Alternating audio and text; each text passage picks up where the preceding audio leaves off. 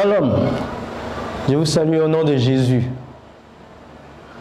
Très heureux de vous retrouver pour le thème, le même thème, le 12e numéro de Lèvons-nous et bâtissons par le Saint-Esprit. C'est le 12e et le dernier numéro.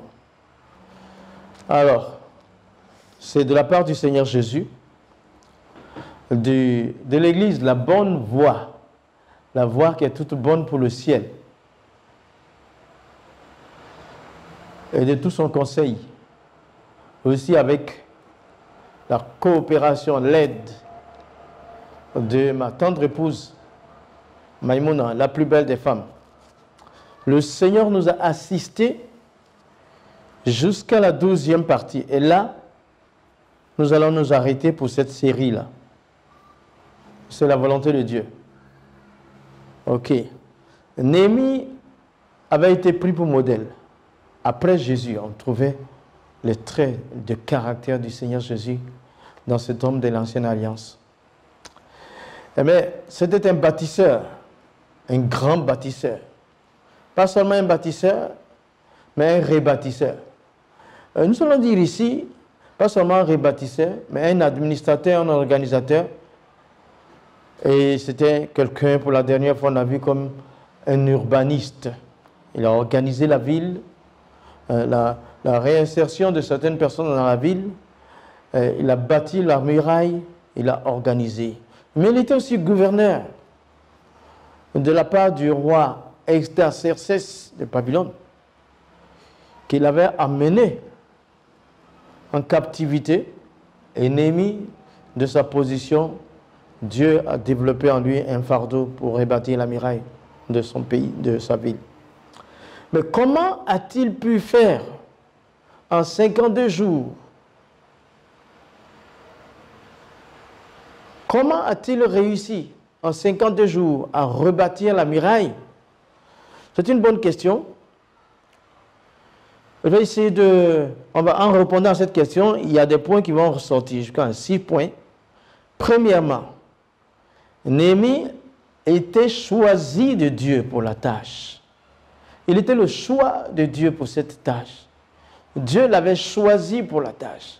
C'était lui qui devait faire ça. Dieu l'avait prédestiné à cela. Sa destinée passait par la construction, la reconstruction de la muraille. C'est comme toi aussi, Dieu t'a choisi pour quelque chose. C'est toi qui vas faire cela. Parmi les enfants de tes parents, c'est toi qui es appelé à le faire. Parmi les enfants de ta nation, c'est toi qui es appelé à le faire. Parmi les enfants de ton village, c'est toi qui es appelé à le faire. Toi aussi, tu dois rendre témoignage, pas seulement les autres. Deuxième chose, c'est Néhémie qui a permis de reconstruire la muraille. C'est la grande confiance qu'il a mise en Dieu. Il avait une très grande confiance en Dieu. Il avait confiance en Dieu. Il avait une très grande confiance en Dieu. Il avait confiance en Dieu. La confiance. Il avait confiance en celui qu'il appelait. Il comptait sur lui. Il s'appuyait sur lui. Il avait une grande confiance. Il avait confiance que Dieu est celui qui donne des promesses et qui l'accomplit. Tu vois, c'est comme ça aussi. Abraham, dans Genèse 15, verset 6, il dit, Abraham eut confiance en l'Éternel qui lui fut imputé à justice. Sa confiance en Dieu, en l'Éternel, a fait de lui quelqu'un de justifié. C'est-à-dire que dans cette confiance, il y a la foi à un niveau très fort, au point que ça rentre dans la volonté de Dieu, pour que ça lui soit comme une justice. Voilà. On était dans l'Ancienne Alliance. Néhémie avait grande confiance en Dieu et ça a tissé une bonne relation entre lui et Dieu. Ce qui fait qu'il était l'ouvrier de Dieu, le messager de Dieu, l'envoyé de Dieu. Dieu travaillait avec lui. Grande confiance.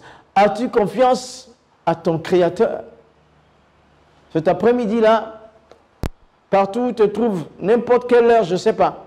Est-ce que tu as confiance en Dieu?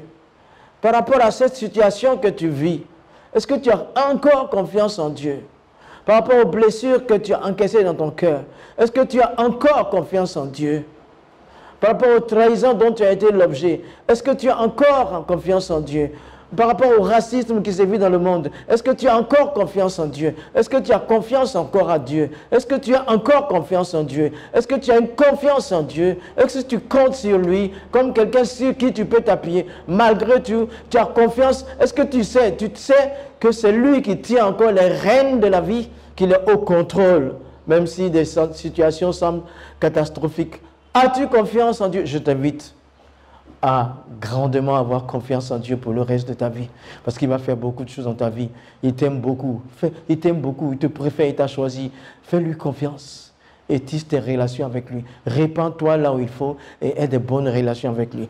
Troisième chose qui a permis à Néhémie de rebâtir la muraille, selon moi, selon mes analyses, la vie de prière de Néhémie l'a poussé vers la victoire. Sa vie de prière l'a poussé vers la victoire. Sa vie de prière a rallongé les mains de Dieu pour faire ce qu'il voulait. Sa vie de prière a poussé la main de Dieu à travailler comme il fallait. Sa vie de prière a fait que Dieu était agréable. Dieu était content, il était agréable à Dieu. Sa vie de prière a fait bouger les situations. Sa vie de prière a déplacé les montagnes. Ah, la vie de prière, la prière. La parole de Dieu nous dit de prier sans cesse. En toute situation, en toute occasion, il faut prier. Prier. Néhémie priait, il priait. Regardez, ça commence par la prière. Dans le chapitre 1, le verset 5 et 6. Hein, il commença par la prière. Je vais lire ça pour vous. Il commença par la prière. Dans le chapitre 1. Il dit, oh, je dis, oh Éternel, Dieu des cieux, grand et redoutable, toi qui gardes ton alliance et qui fais miséricorde à ceux qui t'aiment et qui observent tes commandements. Que ton oreille soit attentive et que tes yeux soient ouverts. Écoute la prière que ton serviteur t'adresse en ce moment, jour et nuit, jour et nuit, jour et nuit, pour tes serviteurs, les enfants d'Israël, en confessant les péchés des enfants d'Israël, nos péchés contre toi. Car moi et la maison de mon père, nous avons péché contre toi. Néhémie, il nous fait comprendre, il adresse la parole à Dieu, il adresse une prière à Dieu, il dit jour et nuit, prière, jour et nuit, prière, jour et nuit. Il était fonctionnaire auprès du roi de Babylone, mais il avait une vie de prière. Il avait une vie de prière. Il vivait la prière. Il vivait aussi dans la prière. Il marchait la prière. Il marchait aussi dans la prière. Il servait la prière. Il servait aussi dans la prière. Il était tout entier prière. Prière, prière, prière. Il faut prier. Il faut prier. Il faut prier. Il faut encore prier. Quand tu n'as pas envie de prier, c'est là qu'il faut prier. Quand tout n'est pas bon, c'est là qu'il faut prier. Quand tout est bon, c'est là qu'il faut prier. Quand il fait jour, c'est là qu'il faut prier. Quand il fait nuit, c'est là qu'il faut prier. Quand il fait plein midi, c'est là qu'il faut prier. À tout moment, il faut prier. À toute saison, il faut prier. La prière, c'est la prière. La prière avant la prière après la prière. Il faut prier, prier, prier sans cesse. Le monde est plein de dangers maintenant. Dieu veut qu'on le sollicite. Néhémie a commencé par la prière. Et Néhémie termine, son livre se termine aussi par la prière. Par la prière, les amis. Il faut que je lise ça pour vous. Le chapitre 13. Il commence à dire, au verset 29. 29, il dit, souviens-toi, ô Dieu, ô mon Dieu, car ils ont souillé le sacerdoce et l'alliance contractée par les sacrificateurs et les lévites. Je l'ai purifié de tout étranger et je remis en vigueur ce que devaient observer les sacrificateurs et les lévites, chacun dans sa fonction. Et ce qui concernait l'offrande du bois aux époques fixées, de même que les prémices. Souviens-toi favorablement de moi, ô mon Dieu. Commençant par la prière, terminant par la prière. Je crois que par la prière, Néhémie a été vainqueur. Il a même été plus que vainqueur. Tu vois, certaines choses demandent plus de prière. Il faut persévérer dans la prière. Il faut persévérer dans la prière. Il faut persévérer dans la prière. Il faut percevoir la portée de la prière. Il faut percevoir la grandeur de la prière. Avec la prière, tout est possible. Tout est possible. Je crois que ça, c'est le troisième effet qui a permis à Néhémie de bâtir la muraille. Il y a un quatrième. Non, attends. Oui. Quatrième. Il y a un quatrième effet. Néhémie était obéissant. Néhémie était obéissant. Il était obéissant à Dieu et même à son chef hiérarchique, le roi Extarsès de Babylone, qu'il avait posté. Le roi Babylone était, Jérusalem était devenu comme une colonie de Babylone. Et Néhémie était le gouverneur affecté à Babylone, à Jérusalem. Il était obéissant à l'Éternel, son Dieu, et il était obéissant au chef de sa hiérarchie. L'obéissance a caractérisé tous les héros. L'obéissance est le point commun qu'a tous les héros. Il faut obéir pour être plus haut placé. Il faut obéir pour être vainqueur. Il faut obéir pour obtenir ce qu'il faut. Tous les bâtisseurs sont caractérisés par un seul fait, l'obéissance à celui qui les a établis, à celui qui les a appelés. Es-tu obéissant à Dieu, toi? Es-tu obéissant aux autorités? Il faut obéir. Tu vois, moi, quand je lis Philippiens 2, 11, il s'est humilié lui-même, se rendant obéissant jusqu'à la mort de la croix. Ça, c'est Jésus.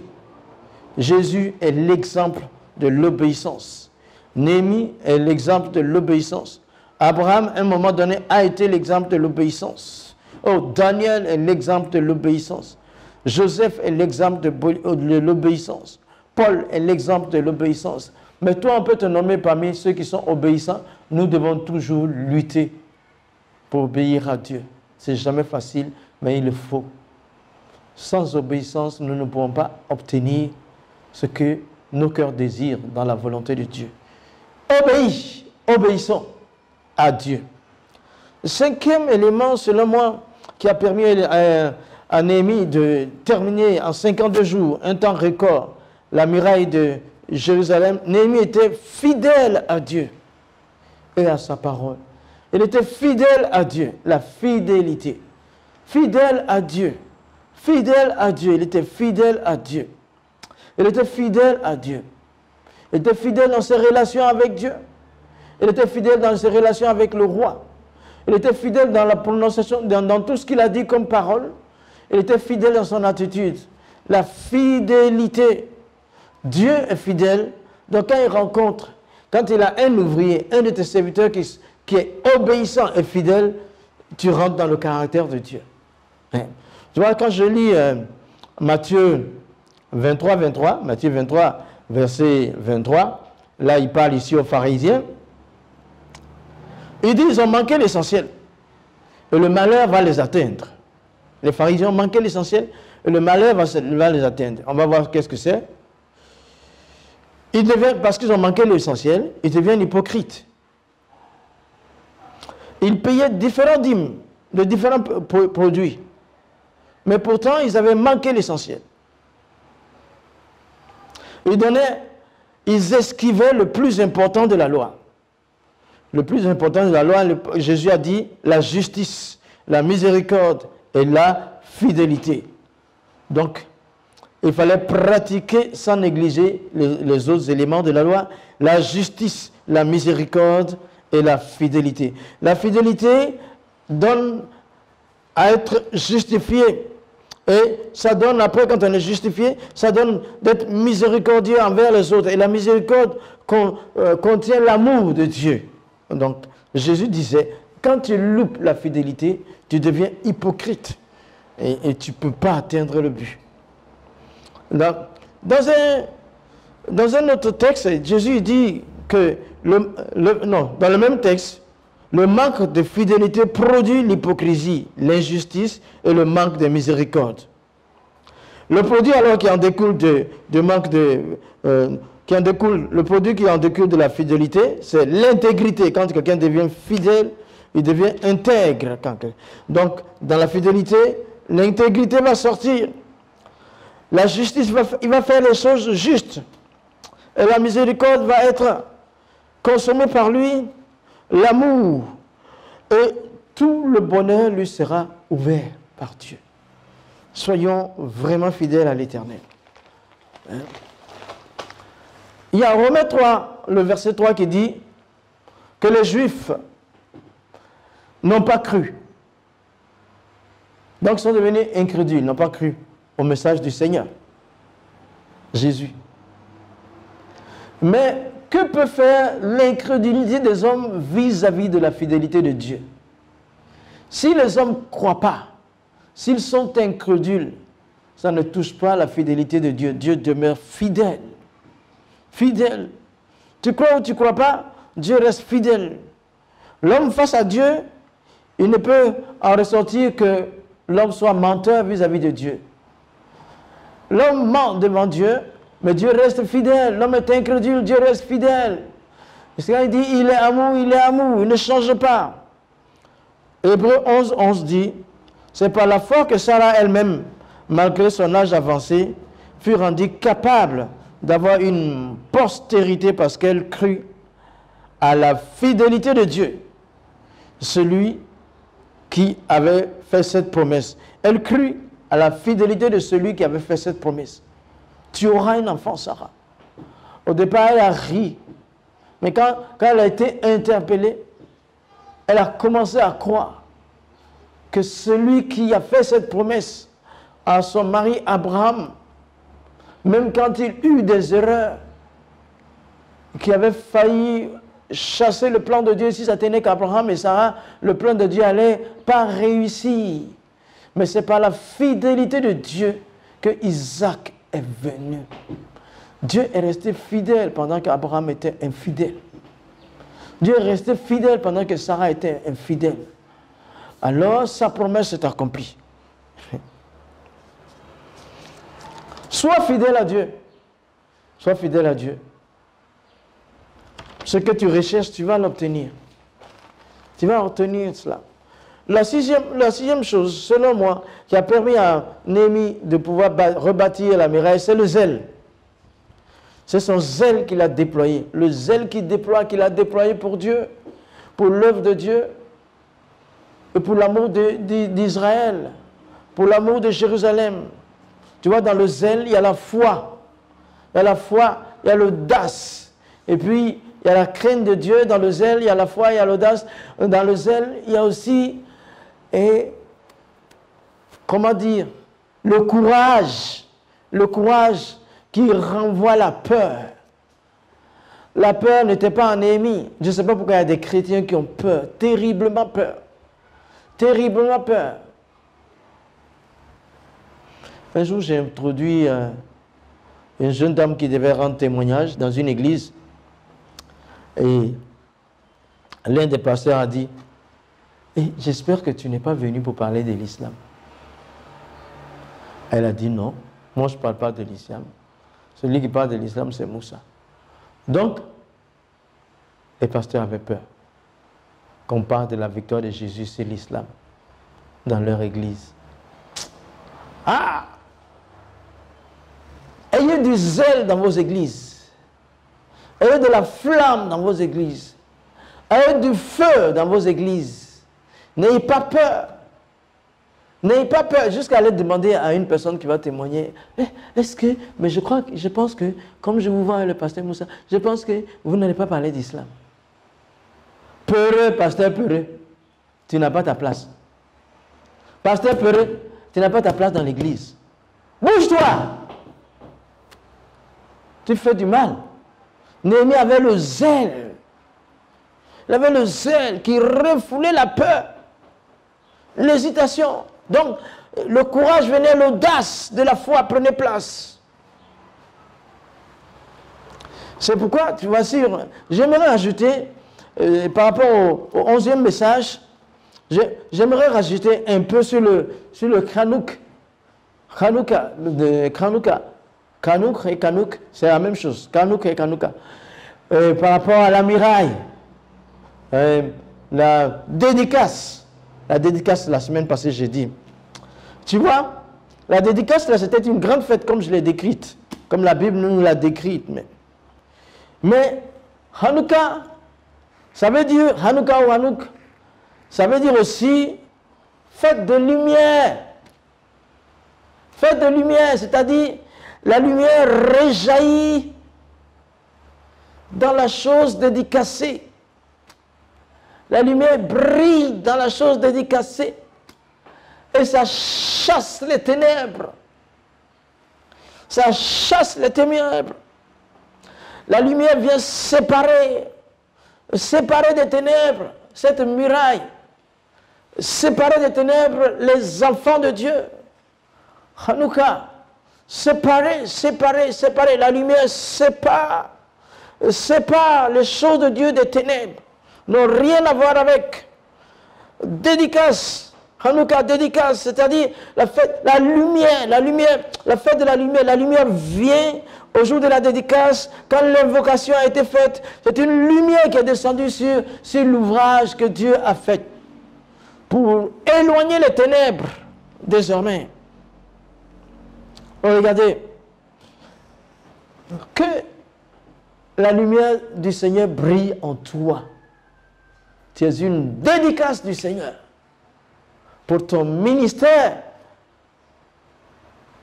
Tu es dédié, tu es consacré. Il ne doit pas avoir de ténèbres dedans, dans ton ministère ni à l'intérieur de toi-même. Proverbe 13, verset 9 dit, la lumière des justes est joyeuse, mais la lampe des méchants s'éteint. Tu n'es pas un méchant, tu es injuste, alors ta lumière doit briller. C'est comme ça. Jacques 1,17 dit, toute grâce excellente, tout don parfait descend d'en haut du Père des lumières, chez lequel il n'y a pas de changement, ni ombre de variation. Et notre Dieu est le Père des lumières. Alors quand tu l'amènes quand tu le prononces dans une dédicace, sa lumière jaillit et ça chasse les ténèbres. C'est pourquoi tu dois dédier tout pour que la lumière du Père jaillisse pour chasser les ténèbres. C'est tellement bon. 1 Pierre 2,9 là. 1 Pierre 2,9. C'est bon, il y a du bon dedans. 1 Pierre 2,9. 1 Pierre 2,9. Vous, au contraire, vous êtes une race élue, un sacerdoce royal, une nation sainte, un peuple acquis, afin que vous annonciez les vertus de celui qui vous a appelé des ténèbres à son admirable lumière, celui qui vous a appelé des ténèbres à son admirable lumière. Oh, c'est ça. Puisque c'est notre Père, quand nous lui sommes dédiés, il chasse les ténèbres en nous, il nous enlève des ténèbres, il nous met à son admirable lumière. C'est comme ça que nous faisons partie de sa famille, et par le Saint-Esprit qui est en nous, nous devenons une seule nature avec notre Dieu. La dernière chose que je peux rajouter que Néhémie a faite pour pouvoir lui permettre de bâtir, c'est dans Néhémie 13. On va entrer dans la leçon d'aujourd'hui. Néhémie 13, le verset 1 déjà. J'ai un peu parlé du zèle. C'est la 12e et la dernière partie. Après, on va passer à une autre. Néhémie 13, verset 1er. Dans ce temps-là, on lut en présence du peuple, dans le livre de Moïse, et l'on y trouva écrit que l'Ammonite et le Moabite ne devraient jamais entrer dans l'assemblée de Dieu, parce qu'ils n'étaient pas venus au devant des enfants d'Israël avec du pain et de l'eau, et parce qu'ils avaient appelé contre eux, a pris d'argent Balaam pour qu'ils maudissent. Mais notre Dieu changea la malédiction en bénédiction. Tu vois, dès le premier, Néhémie ici, son zèle s'en va contre ceux qui transgressent la loi. Et quand on a commencé à lire la loi, on dit, ah, le Moabite ne doit pas siéger dans l'assemblée des saints. Pourquoi? Premièrement, parce qu'il n'est pas venu à la rencontre d'Israël avec de l'eau et du pain. Mais plutôt, il est venu le combattre pendant qu'Israël passait pour aller sur la terre promise. Dieu a envoyé ses enfants, Dieu a envoyé son peuple qui passe pour aller sur la terre promise. Il n'est pas rentré pour te combattre, il passe. Tu viens, au lieu de l'accueillir avec de l'eau, mais tu viens le combattre. Ça, c'était un. Deuxièmement, ces mêmes Moabites ont appelé un prophète en Israël, c'était Balaam, pour maudire Israël.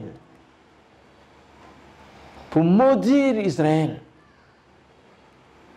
Et quand il a lancé la malédiction, Dieu a tourné ça en bénédiction. Pour ça, Dieu dit non, non, vous ne pouvez pas siéger à l'assemblée des saints.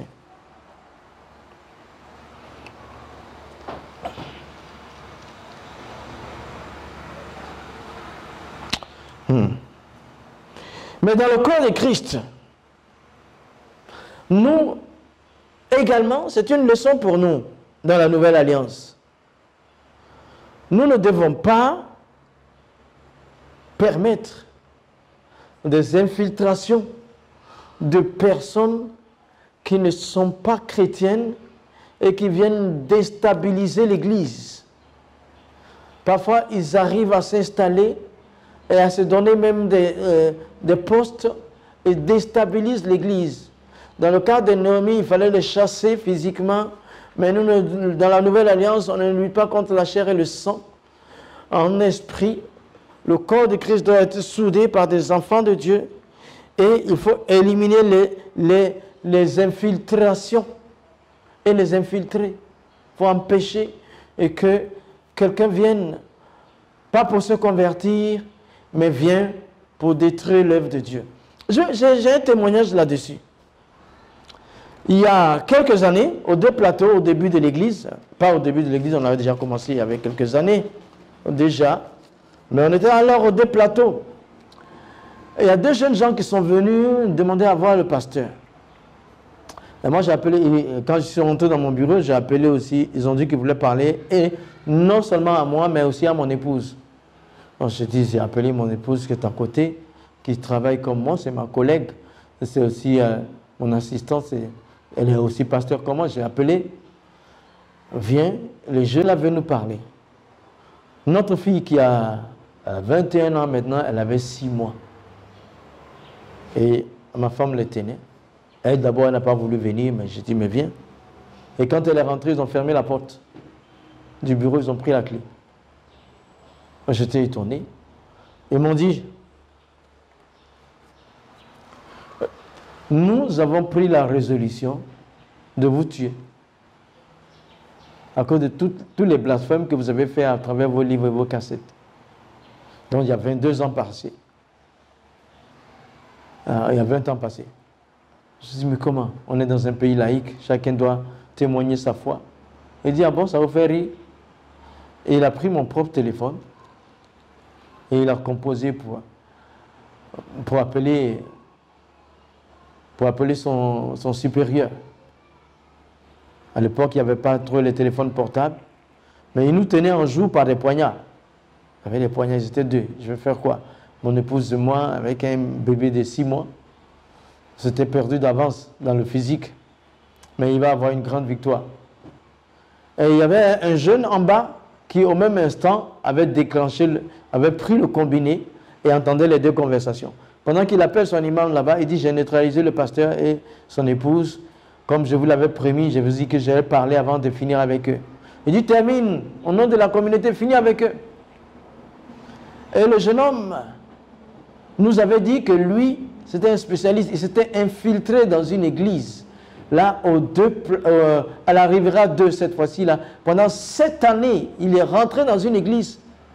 Et les âmes sensibles, il les amenait à l'islam. Et il nous a raconté tout ça. Là. Il dit, on s'est préparé pendant 2 ans pour l'action que nous allons commettre maintenant. Et moi, je lui ai dit, ben, donne-nous 2 minutes, une dernière parole. Il dit, parle.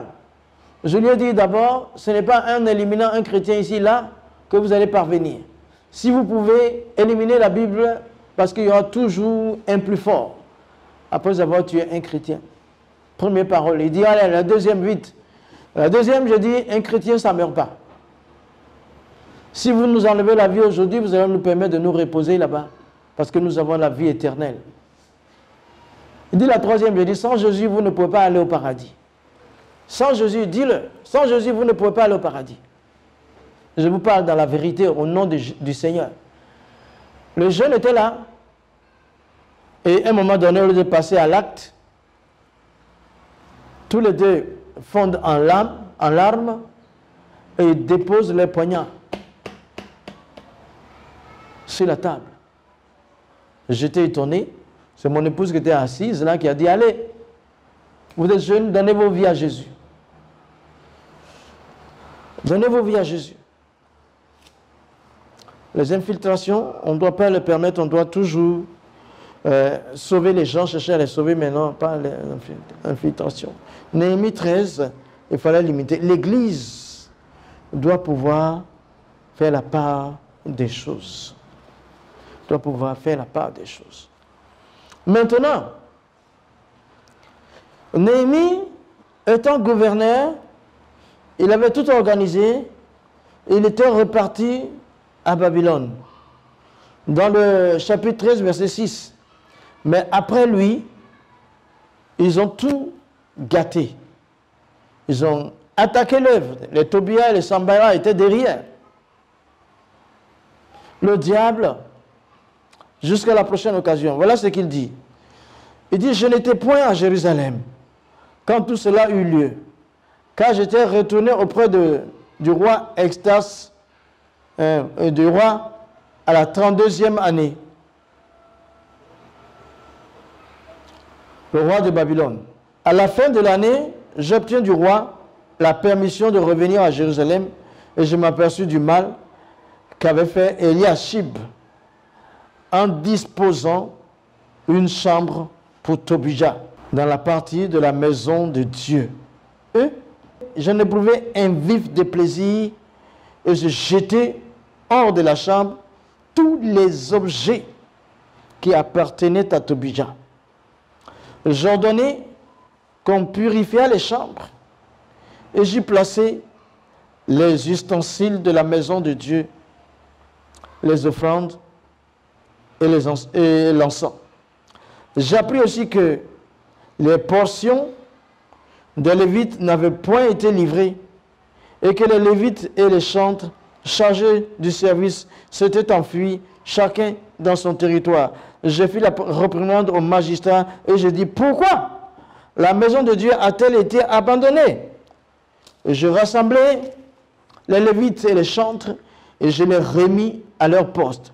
Alors, tout Juda apporta dans les magasins la dîme du blé, du mou et de l'huile.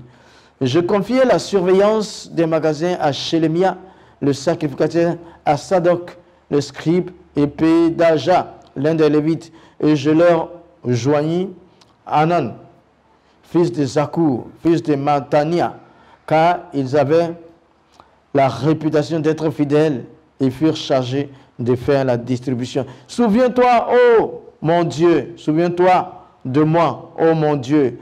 À cause de cela, je n'oublie pas mes actes de piété à l'égard de la maison de mon Dieu et des choses qui doivent être observées. Ah, qu'est-ce qu'il fait? Il revient, après un moment, à Jérusalem, il trouve que la maison de l'Éternel avait été dépouillée de tout ce qui était sacerdotal, sacré. Il y avait donc une chambre même une grande chambre donnée à Tobija. Tobija qui s'était opposé à la reconstruction du temple. Lui-même, il était bien logé. La maison de Dieu était devenue une maison d'habitation. Tobija était bien logé. Pourtant, il n'aimait pas ce Dieu-là. Néhémie, encore, avec sa flamme, son zèle, il a jeté dehors. Allez, tous les bagages de Tobija. Et puis les Lévites, ceux qui s'occupaient du service dans le temple, avaient tous été chassés. Donc la maison de Dieu ne contenait rien de Dieu. Avait été dépouillée de sa valeur, désacralisée. Donc, quand l'ennemi vient, quand il revient, il trouve tout ça. Et puis maintenant, il se lève. Il met tout en ordre. Il ramène les Lévites et les sacrificateurs. Il les repositionne. Il leur donne ce dont il devait leur donner. Et il enlève les bagages de Tobija. Il les jette. Et il fait purifier le temple. Par la puissance de l'Esprit, par la puissance que Dieu lui accorde. Il restaure les choses et il remet de l'ordre. Vous voyez, c'est du zèle, ça. Ça me rappelle quelque chose. Ça me rappelle Jean chapitre 2, verset 13 à 17. Quand Jésus est entré dans le temple. Quand Jésus est entré dans le temple. Il est entré et, tu vois, pendant la Pâque, il est rentré. Il trouva là, dans le temple, les vendeurs de bœufs, de brebis, de pigeons, de changeurs assis. Et là, carrément, il a fait un fouet. Il a commencé à balancer, il a fait un fouet, il a chassé les gens, il a renversé les tables. Il dispersa les monnaies, chassa les brebis, les monnaies des changeurs, renversa les tables. Ôtez cela, ne faites pas de la maison de mon Père une maison de trafic. Ses disciples, je me souviens qu'il est dit dans le psaume 69, 9 à 10, le zèle de ta maison me dévore. Le zèle de ta maison me dévore. Le zèle de ta maison me dévore. C'est ça, le zèle. Le zèle. Faisons la même chose dans la maison du Seigneur. Dans ce 12e épisode, comprenons que il nous faut du zèle pour la maison de Dieu. Elle ne doit pas être traitée n'importe comment. Le culte au Seigneur Jésus-Christ doit être un moment de vénération. Sa maison doit être considérée. Il faut que nous nous dédions nous-mêmes au Seigneur à tel point que quand le péché avance dans la maison de Dieu, il soit dévoilé, dévoilé, dévoilé, dévoilé. Ne fais pas de demi-mesure contre quelqu'un qui vient contre la foi en Jésus-Christ, vient souiller la maison de Dieu. Prenons la parole de Dieu. Oui, prêchons la vraie parole, afin que l'onction demeure dans la parole, dans la maison de Dieu. Ayons un comportement qui glorifie le Seigneur dans sa maison. C'est parce que la maison de Dieu, c'est la présence de Dieu sur terre. C'est là où Dieu va passer pour sauver les nations. C'est très important. C'est très important. C'est très important. Si nous ne donnons pas valeur à la maison de Dieu, qui va la donner? Si tu ne donnes pas valeur à ton église, qui va la donner? Il nous faut prêcher la sainte doctrine. Il faut que les malades guérissent.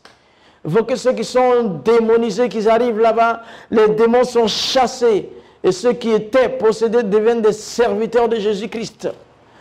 Il faut que ceux qui vivent dans le péché, quand ils arrivent dans la maison de Dieu, ils sont touchés par la parole de Dieu, par l'onction de Dieu, par la flamme du Saint-Esprit, par la parole puissante. Merci Seigneur, que leurs crimes, leurs péchés soient dévoilés, qu'ils se répandent, qu'ils vivent. Il faut le feu dans la maison de Dieu. Il faut la flamme dans la maison de Dieu. Il faut la flamme divine pour conquérir ce monde. Conquérir ce monde.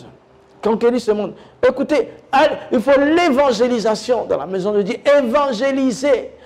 Évangéliser. Prenez courage, n'ayez point peur. Évangéliser, annoncer la parole. Alors, regarde, il y a aussi quelques années, on partait en évangélisation. On allait dans le nord. Et là, arrivé au niveau de Boaké, on partait dans la région de Ténougué. Arrivé au niveau de Boaké, le bus a eu une crevaison. Et pendant que le chauffeur et son apprenti se mettaient avec l'aide des jeunes gens du corps de Christ qui étaient avec nous dans ce déplacement, pour changer la roue, c'était pas loin d'une mosquée. Et là, il y a le muezzin, je crois que c'est le deuxième imam, c'est le muezzin qui est venu. Il dit, mais, parce que les enfants chantaient, ils chantaient gloire à Dieu et tout ça. Il dit, mais où allez-vous? Il dit, où allez-vous? On s'en va annoncer Jésus. Où ça? Vers Tchénoungé là-bas. Il dit, qui est votre pasteur? Où vous êtes avec votre pasteur? Parce que c'était non loin de la mosquée et puis les gens chantaient des cantiques, donc il semblait que ça dérangeait quelqu'un. Alors, ben, ça dérangeait en réalité le diable. Il dit, ouais, il est assis là-bas. Il était assis sous un arbre, j'étais en train de lire la Bible. Il est venu vers moi, c'était un homme âgé, et boitier un peu. Il dit, c'est vous le pasteur, comment vous appelez? Il dit, c'est Moussa Koné. Il dit, quoi? C'est toi Moussa Koné? Je dis, oui, c'est moi. Il dit, c'est pas possible. Je dis, quoi? Il dit, ça fait 10 ans qu'on est allé au cimetière. On a creusé une fosse. Ils ont creusé une fosse. Ils l'ont laissée ouverte. Ils ont proclamé des incantations. Il dit, on a récité la Fatiha dessus. On a laissé ouvert. Pour nous, ça ne manque pas, tu vas mourir. Tu devrais être mort. Je dis, mais me voilà. Il était tellement étonné, surpris, me voilà. Et en plus, c'est quelqu'un qui parlait mon ethnie. Donc on a parlé ensemble. Je lui ai partagé comment Christ a moi l'espérance de la gloire. Je lui ai dit l'évangile proprement. Et croyez-moi, ça a été son dernier jour dans l'islam. Il a quitté l'islam. Il est devenu évangéliste pour Jésus. Il y a quelques années d'islam. Je vais conclure la deuxième partie pour dire que nous sommes fiers d'être chrétiens. Néhémie était un bâtisseur. Et il a bâti la muraille. Nous sommes dans la nouvelle alliance. J'ai toujours fait un pas dans l'ancienne, un pas dans la nouvelle alliance. Nous sommes des serviteurs de Jésus-Christ. Nous marchons pour Jésus. Je répète encore, je vais témoigner. Je vais témoigner Christ. Je vais témoigner Jésus. Je vais témoigner toujours. Nous sommes prêts jour et nuit à témoigner. Nous allons toujours témoigner. Jésus est celui qu'il faut. Il faut Jésus dans tous ceux qui vont dans les mosquées. Il faut Jésus, il faut Jésus, il faut Jésus, il faut Jésus, il faut Jésus. Nous allons toujours parler de Jésus. Parce que c'est celui, lui seul est mort et ressuscité d'entre les morts. Lui seul revient chercher son église. Donnez vos vies à Jésus, qui que vous soyez. Tous ceux qui ont, ça fait 12e fois, 12 semaines. Une semaine sans la vidéo, c'était dans l'église, la première partie. 12 semaines.